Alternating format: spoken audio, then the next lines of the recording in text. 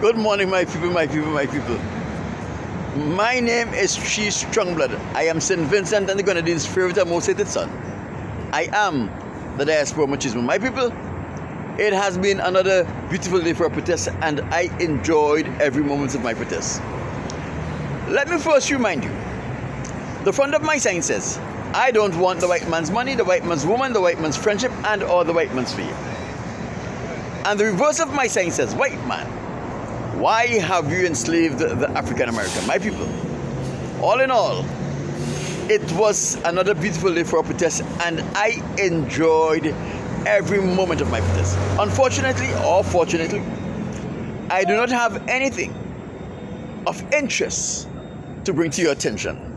And as you know, when I am finished protesting, and when I have brought you an update as to what transpired during my protest, it is always my pleasure and my delight to bring you something from the word of the Most High God, Yahweh.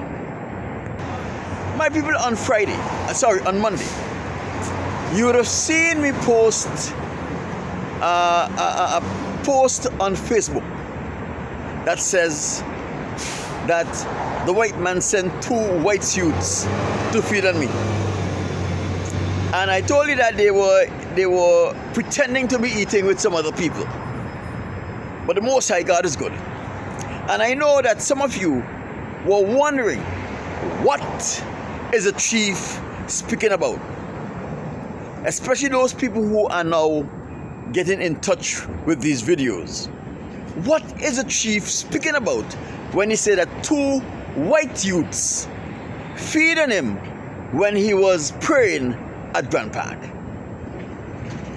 Before I get into that, let me give you a background, because you may not understand if I just tell you the story and how it occurred and what actually happened. In Genesis chapter 3, verse 15, when the Most High gave the very first prophecy that was ever given, in that prophecy the Most High God declared that Satan is going to have children on the earth. In Genesis chapter 6, verse 1 to 7, a brief or a synopsis is given there where it shows you that angels actually came down, procreate with women, and produced children of those women, and those children became large giants. A detailed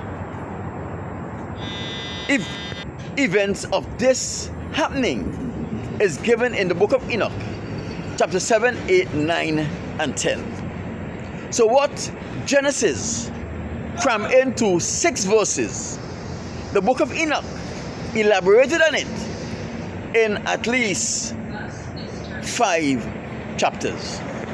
Now, according to the scriptures, all of those giants that was born of these ladies will perish in the flood.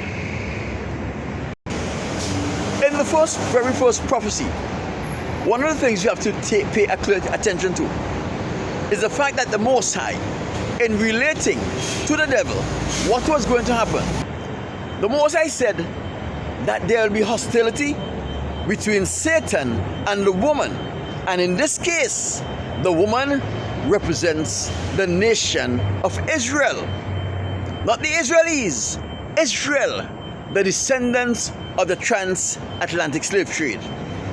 And there will be hostility between the woman's seeds and the seeds of the devil. What the Most High God is saying here, that whenever Satan's children come on the earth, they will not be a product of the woman from whom they were born. Now, when we peruse the scriptures and read Genesis chapter 25, verse 20 to 26, there is something very interesting that happened there. What it says there is that Isaac's wife Rebecca became pregnant, and she had a very terrible pregnancy. So she went to the Most High God to inquire, why is her pregnancy unlike the pregnancy of any other woman who have existed in the history of the world? And the Most High God, in explaining to her, told her that there is 2 nations in her womb. What does this mean? This means that Rebecca had 1 pregnancy, and in that 1 pregnancy she was carrying twins, and those twins had 2 different fathers.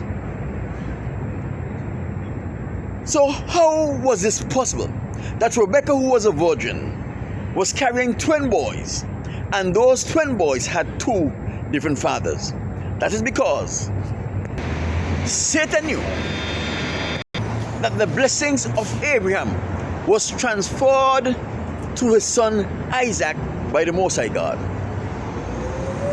And Satan was making an effort to see if he can get one of his seeds to get the blessings from Isaac.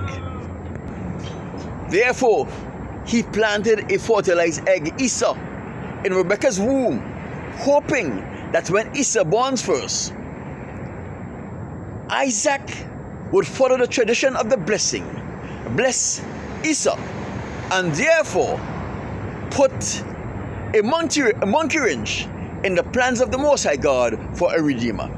Because what does that mean? That the redeemer of man would have come through the seeds of Satan and not the seed of the woman, which was Jacob. Esau and Jacob were born in 2006 BC, and their births mark the emergence of 2 new nations upon the earth. Esau is the father of the Caucasians nations. They were called the Edomites, but they have long changed their name to the Caucasians. And Jacob was the father of the Israelites, the children of the transatlantic slave trade today, people like me and you, who are the descendants of those children.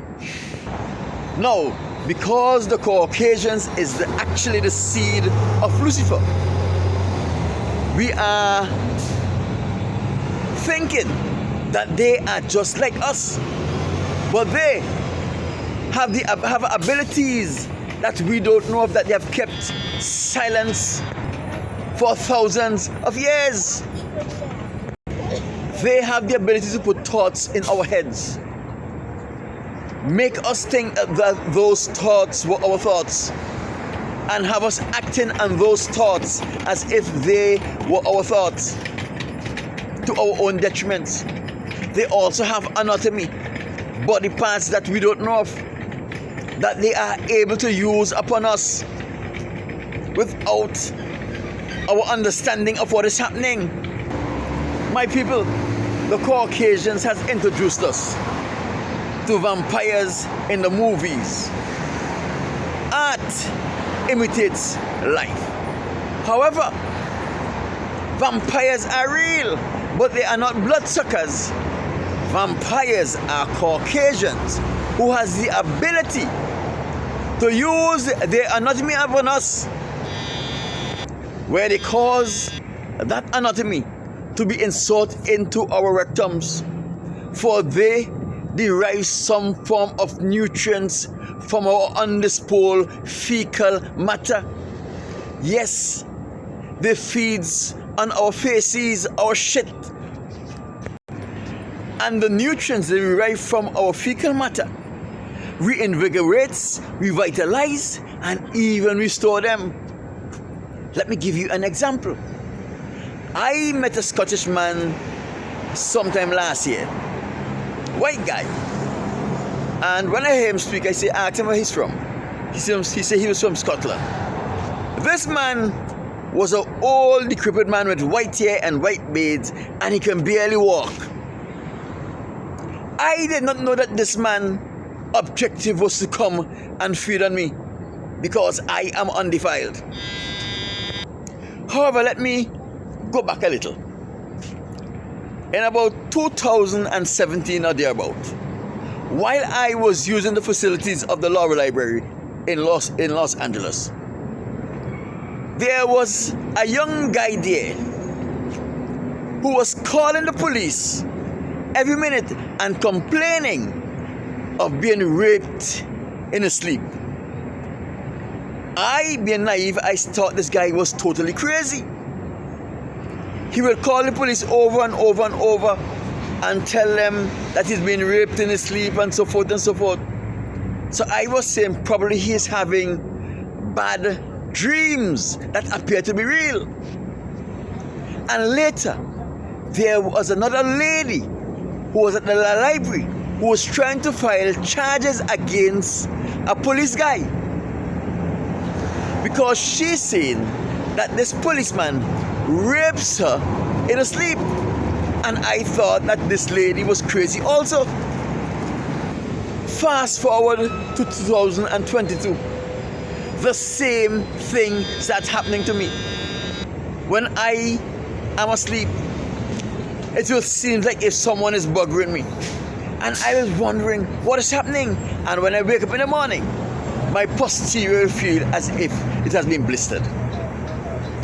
I say something is terribly wrong here. But I'm not going to do like these people and panic and want to make a report. I say I am an investigator. I am going to investigate this thing. The first thing I did is what I brought it to the attention of the Most High God. I told the Most High God what was happening and what I felt and how I felt after. My people, at times I refused to go to sleep because I didn't like this thing happening to me in my sleep. However, the Most High God says, if you don't sleep, you'll be unhealthy, and I promise that I'll give you good health. So don't be afraid, go to sleep and try to figure this thing out.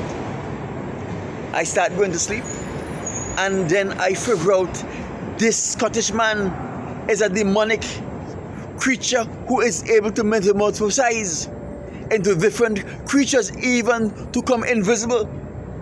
And this guy was feeding on me. I didn't know it was feeding. But then I confronted him. And when I confronted him, he didn't came back. He started hanging out in the Skid Row area in Los Angeles. And he was feeding on those people in Skid Row area. And the next time I saw that man was no longer a decrepit old man who can barely walk. He was still looking the same way in facial features, gray hair and gray beard and so forth. But now he was carrying a heavy backpack and he was walking like a young man in his 20s. I brought it to the attention of a guy who knew him when he was walking like a decrepit old man. And he said, yes, that is true. So when I start figuring this thing out, the Most High start putting me in places and start revealing more things to me about the Caucasians and the power that they have and what they are doing. My people, when you decide that you want to be the slave of the white man, get involved in homosexuality, bestiality, abortion, or when you're raped and you do not out your rapist, these Caucasians feeds on you and there is nothing that you can do. You can't make any report to the police because the police will not entertain your reports. The question you may be asking is, how do you know when you are being fed upon? Remember, the Caucasians are not real people. They're not man, they are human. Our foreparents says the Caucasians, we refer to them as the Edomites then, they are those who have the hue or the appearance of man, but are not man. So you want to ask, how are you going to know when these Caucasians are feeding on you? The first thing you will know is that you will feel a tinkling in your posterior area, right? This is what I know about them so far. When you go to the toilet and you defecate and you don't properly wipe your bottom, what they can do is that they emanate an enzyme. They emanate the enzyme on the dry or remnants of the fecal matter that is in your buttocks, and they use the combination of the enzyme and the fecal matter to make their way up your buttocks into your colon. And what they do, they get nutrients from the food in your colon and in your large intestines. You will be in their presence and they are feeding on you, and you don't know they are feeding on you. That is why they are the master of processed food. Because what they do, when they process the food, they put chemicals in the food that they like, that will help them to get the nutrients. So when you eat those foods and you digest those foods that are processed, the chemicals in those foods, when they feed on you, they get the nutrients they need to become reinvigorate and revitalize. So in other words, they treat us like cattle. They feed us the food that we need for them to have a good dinner on us. One of the fruits that they like is bananas. Ripe bananas. When you eat ripe bananas and ripe bananas is digested and they feed on you, they are having a grand buffet. When you feel your posterior is tingling and they're feeding on you, one of the ways to make sure that it is actually happening, you immediately go to a toilet and wipe your posterior, and you will see that there is liquid feces in your posterior area that should not be there. Another sign that they are feeding on you is after they are fed on you, they make you go to the toilet and pass fecal matter that is in a diarrhea form, and that fecal matter just don't come out like a diarrhea. It come out like an explosive, like a machine gun that has been fired off. That is because the enzyme they excrete in your bowels, in your colon and your large intestines, when they are feeding on you, they excrete a chemical, and that chemical causes that kind of reaction within your bowels. So when you go to the toilet, you are like a machine gun in action. This is the reality. You come to California, where all of these people are slaves, and you go to any public toilet, and you will hear this thing happening everywhere you go, because they are all being fed upon and they have no means of stopping it. And some of them are rewarded with monies and opportunities and jobs to allow these Caucasians demons to feed on them. My people, let them call me crazy, but I am putting this out there so anyone who is not a reprobate, who is experiencing this, will know that this has been experienced by people before them. In the same way, when I was telling people about Ralph Gonsalves' behaviors and what he's doing and what he's not doing, some of them thought I am crazy, I'm making up stories, until other people start coming forward. Then they realize that what the chief had been saying all of these years is the truth. And a lot of those people who did not believe me became victims of Ralph Gonsalves, and they were afraid to talk because they did not believe me. My name is Chief Strongblood. I am St. Vincent and the Grenadines' favorite and most hated son, the blessed Machismo.